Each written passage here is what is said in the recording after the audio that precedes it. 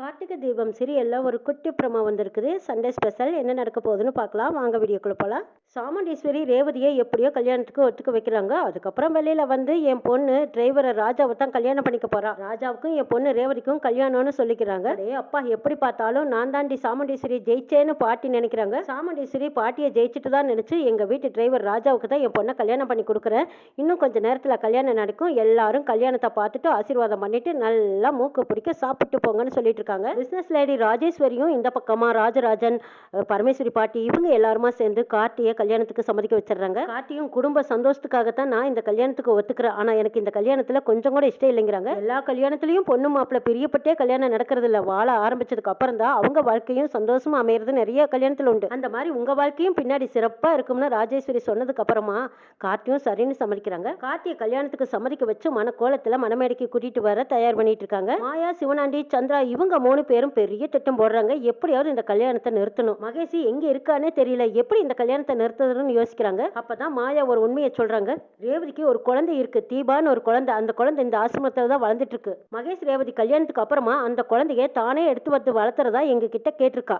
அதனால அந்த குழந்தைய எடுத்துக்கிட்டு வந்து நம்ம மிரட்டினோம்னா நிச்சயமா இந்த டிரைவர் பையன் ரேவதியை கல்யாணம் பண்ணிக்க ஒத்துக்க மாட்டான். ரேவதியும் குழந்தைக்காக வேண்டி நிச்சயமா அந்த ராஜாவை கல்யாணம் பண்ணிக்க மாட்டான். நம்ம செய்ய வேண்டியது என்ன, முதல்ல அந்த குழந்தைய கடத்திக்கிட்டு வந்து இவங்க முன்னாடி மிரட்டலாங்கிறாங்க மாயா. ஓ, ரேவதிக்கு பின்னாடி இப்படி ஒரு கதை இருக்காங்கிறாங்க சிவனாண்டியும் சந்திராவும். ஆமா, ரேவதி மகேஷை கூட்டிட்டு போய் அந்த குழந்தைய காட்டியிருக்கா, அந்த ஆசிரமம் எனக்கு தெரியுங்கிறாங்க மாயா. வெண்ணைய கையில வச்சுக்கிட்டு நெய்யி கலைஞ்சிருக்கோமே, சரி இதை நம்ம எப்படியாவது அந்த குழந்தைய கடத்திட்டு வந்துடலாம்னு அங்க ஆளுகள் அனுப்புறாங்க. அந்த குழந்தைய கடத்திக்கிட்டு வந்து ரேவதியோட குழந்தை இருக்குன்னு சொல்லி நம்ம எல்லாத்தையும் மிரட்டணும்னா நிச்சயமா ரேவதியும் கல்யாணத்துக்கு சம்மதிக்க மாட்டா. டிரைவர் பையனும் ரேவதிக்கு ஒரு குழந்தை இருக்குன்னு கல்யாணத்துக்கு ஒத்துக்க மாட்டான். சரியான ஐடியாவாச்சேன்னு ரவடிங்கள அந்த குழந்தைய கடத்திருக்க அனுப்புறாங்க. ஆசிரமத்துல இருக்கிற குழந்தை தீபாவுக்கும் ரேவதிக்கும் ஏதோ ஒரு சம்பந்தம் இருக்கு, அந்த குழந்தைய தூக்கிட்டோம்னா நிச்சயமா இந்த கல்யாணத்தை நிறுத்த முடியும்னு முடிவு பண்றாங்க. ஒருவேளை குழந்தைய எடுத்துக்கிட்டு வந்து இந்த குழந்தை எங்க கூட தான் வளருவான்னு ரேவதி சொன்னதுக்கு அப்புறமா அந்த கார்த்தி சரின்னு கல்யாணத்துக்கு சம்மதிச்சிட்டானா என்ன செய்யறதுங்கிறாங்க சந்திரா. இருக்கவே இருக்காது, ஒரு குழந்தைக்கு அம்மாவானவனை எப்படி கல்யாணம் பண்ணிக்குவாங்கிறாங்க சிவனாண்டி. தீபா சைடுல குழந்தைய தூக்கிடலாம், ராஜா சைடுல அவங்க அம்மா இருக்காங்கல்ல அவங்க அம்மாவை தூக்கிடலாங்கிறாங்க. இந்த கல்யாணத்தை நிறுத்தறதுக்கு இதுதான் சரியான வழின்னு முடிவு பண்ணிடுறாங்க சிவனாண்டி, மாயா, சந்திரா 3 பேரும். முதல்ல குழந்தைய தூக்கிட்டு வரலாம், அதுக்கப்புறமா ராஜாவோட அம்மா தூக்கிடலாங்கிறாங்க. குழந்தைய தூக்கறதுக்காக ஆசிரமத்துக்கு போயிருக்காங்க. அங்க இருந்த வார்டனை முதற்கொண்டு எல்லாரும் கட்டி போட்டுறாங்க. தீபா எழுதிக்கிட்டு இருக்கும் போது அந்த தீபாவை கடத்துறாங்க. அங்க இருந்தவங்க எல்லாரும் பரபரப்பா ஐயோ குழந்தைய எடுத்துட்டு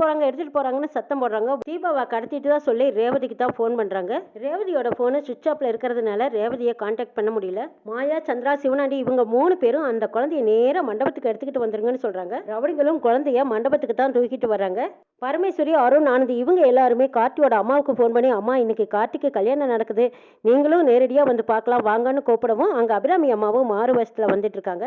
அபிராமி அம்மாவை தூக்குனதும் கார்த்திக்கு போன் வருது. உங்க அம்மாவை தூக்கிட்டோம், நீ ரேவதி கழுத்துல தாலியை கட்டின உங்க அம்மாவை கொண்டுடுவோன்னு மிரட்டுறாங்க. கார்த்தி இந்த விஷயத்தை கேள்விப்பட்டதும் மாமா ஒரு நிமிஷம் இருங்க, இன்னும் கல்யாணத்துக்கு முகூர்த்தத்துக்கு டைம் இருக்குல்ல, நான் இப்ப வந்துடுறேன்னு சொல்லிட்டு கிளம்புறாங்க.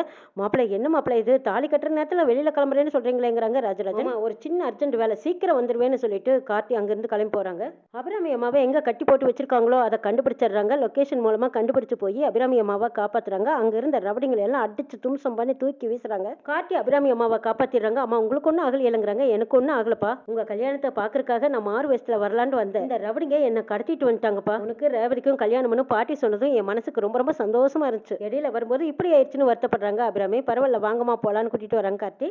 உனக்கும் தீபாவுக்கும் முதல்ல நடந்த கல்யாணத்தை தான் என்னால பார்க்க முடியல, ஏதோ என் அண்ணன் பொண்ணு உனக்கும் கல்யாணம் நடக்குதுன்னு கேள்விப்படும் போது எனக்கு ரொம்ப சந்தோஷமா இருக்கு, இந்த கல்யாணத்தையாவது நான் கண்குளிர பார்க்கணும்னு ஆசைப்படுறேங்கிறாங்க. யார் கண்ணிலையும் படமாட்டேன்ப்பா, நான் ஒரு ஓரமா நின்று பார்த்துட்டு போறேங்கிறாங்க. சரி வாங்க போலான்னு கார்த்தி அபிராமி அம்மாவை கூட்டிட்டு வராங்க. மாயா, சந்திரா, சிவனாண்டி இவங்க 3 பேரும் போட்ட திட்டப்படி அந்த தீபா குழந்தைய கடத்திக்கிட்டு வராங்க. கரெக்டா முகூர்த்த நேரம் ஆகும் போதும் மண்டபத்துக்கு குழந்தைய கூட்டிட்டு வந்துடுறாங்க. அபிராமி அம்மாவை கூட்டிட்டு வந்ததுக்கு அப்புறமா கார்த்தியா அப்படியே ஷெம மாசா மாப்பிள்ள குளத்துல வந்துட்டு இருக்காங்க. எப்படி பார்த்தாலும் இந்த கல்யாணம் நடக்க போறது இல்ல. கார்த்தி பார் எப்படி வர்றான்னு பார்த்துட்டு இருக்காங்க மாயாவும் சிவனாண்டியும். கொஞ்ச நேரத்துல குழந்தைய கொண்டு வந்து முன்னாடி நிறுத்தினா நிச்சயமா இந்த கல்யாணத்துல கலவரம் நடக்கும். இந்த கலவரத்துல கார்த்தி தொண்டை கணன் துணிய கணன் ஓடிடுவான். ரேவதி கழுத்துல நிச்சயமா தாலி கட்ட மாட்டான். ஒரு குழந்தையோட தாய்க்கு யாராவது தாலி கட்டுவாங்களா? கல்யாணத்தை நிறுத்தறதுக்கு இதுதான் சரியான சந்தர்ப்பம்னு நினைக்கிறாங்க சிவனாண்டி. ஐயரும் மாப்பிள்ளையும் பொண்ணையும் அழைச்சிட்டு வாங்க, முகூர்த்தத்துக்கு நேராச்சுங்கிறாங்க.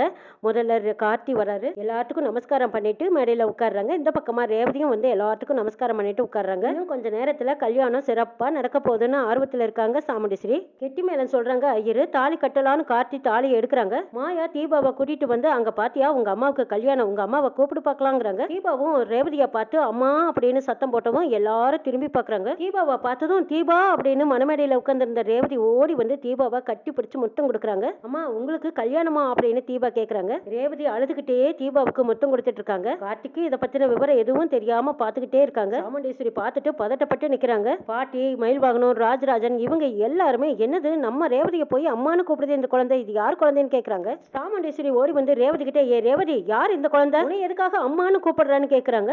ரேவதி எல்லாரும் முன்னாடியும் ஒரு உண்மையை உடைக்கிறாங்க. ஆமாமா, இவ என் குழந்தை தான், பேரு தீபா, ஆசிரமத்துல தான் நான் வளர்த்துக்கிட்டு இருக்கேங்கிறாங்க. ரேவதி கேட்டதும் அங்க இருந்த எல்லாத்துக்கும் அப்படியே தலையில இட்டி விழுந்த மாதிரி தூக்கி வாரி போடுது. என்ன சொல்ற அந்த பொண்ணு, ரேவதி நீ என்ன சொல்ற அப்படின்னு சாமுண்டீஸ்வரி கேட்கவும் நடந்த உண்மைகளை ரேவதி சொல்றாங்க. அங்க இருந்த எல்லாருமே அதிர்ச்சி அடைகிறாங்க. இவளுக்கு தாய் நான் தான்ங்கிறாங்க, இவ என் பொண்ணு தான்ங்கிறாங்க. எனக்கு மகேஷ்க்கும் கல்யாணமே ஆயிருந்தாலும் நாங்க 2 பேரும் இந்த குழந்தைய வளர்த்துறதா நாங்க இருந்தோம், இவ காலத்துக்கு என் கூட தான் இருப்பான்னு ரேவதி சொல்றாங்க. இதை கேட்டதுக்கு அப்புறமா மண்டபத்துல எல்லாரும் கசமுசான்னு பேசிக்கிறாங்க.